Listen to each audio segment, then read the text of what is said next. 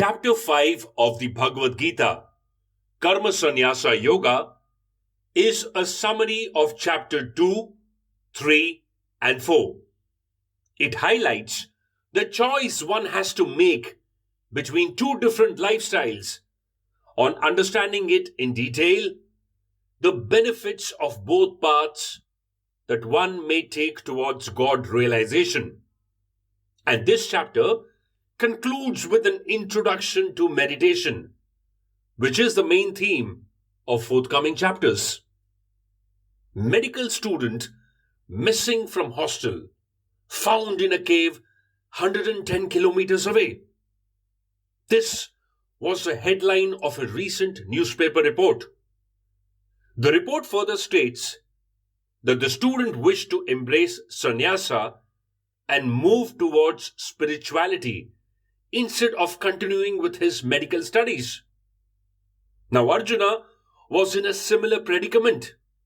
He questions Krishna if karma, the path of action, is better, or sannyas, the path of renunciation, is better for him. Krishna replies very clearly that both the paths will lead to the same destination of God realization. But the path of sannyas requires a specific mental makeup, which is not easy. So often, people walk on it and return midway. The path of karma is more suitable for Arjuna and also for most of us normal human beings. In fact, Krishna, Arjuna, Rama, Ramakrishna Paramhans were all grihastramis who became karma yogis by practicing karma sannyasa. Grihasthrasham comes with responsibility, but it can be fulfilled by knowledge and by embracing to become a grihast sannyasi.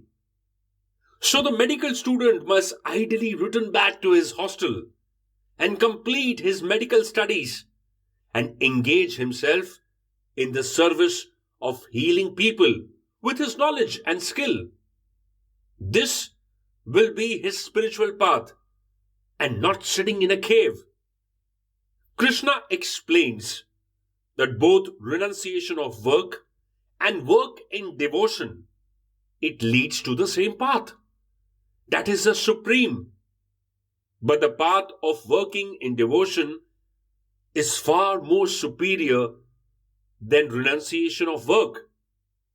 Now the choice every individual has to make to take the path of self-evolution falls into three stages, which are: number 1, desire-prompted action; number 2, selfless dedicated activity; and number 3, quiet silent meditation. For any action or karma, chitta shuddhi or mind purification is necessary. Again, taking our knowledge of gunas, we can say actions that cause harm to others and such arise due to ignorance are tamasic actions. Actions that benefit self and maybe family are rajasic. And actions that benefit society at large and are done with utmost devotion are sattvic karma, which is what one must strive towards. A person who establishes a business and only wants to earn profits by hook or crook, then that person is only engaging in tamasic karma, and he is unable to look beyond himself and harming others too. But if a person decides that I will share my profit with my employees, give my employees a good working atmosphere, he is doing business in a field that contributes to national and world development, then he is practicing sattvic karma. But if we look around, we will see that all great organizations which have flourished over generations have engaged in social and national development. And that is the test of their integrity. In every adversity, they have shown their resilience and have stood strong and grown because of their intention to do good. In many Indian homes, when the monthly salary is withdrawn for household expenses, the practice is to hand it over to the lady of the house, who then offers it to God. The significance of this is that the devotee expresses his or her gratitude to God and symbolically reminds himself that the salary earned is a prasad and not a right for duty performed during the month, which is a necessity for every human being. With this small ritual, one moves a step towards humility and simple acceptance of the fact that none of us are the doers of anything without the will of the Brahman or the Supreme. Now just imagine a situation. Whenever we get a parcel from Amazon, it is so beautifully wrapped in a box and maybe many more layers of packing, depending upon how fragile the contents are. We slowly open the packaging to finally put to use the product inside.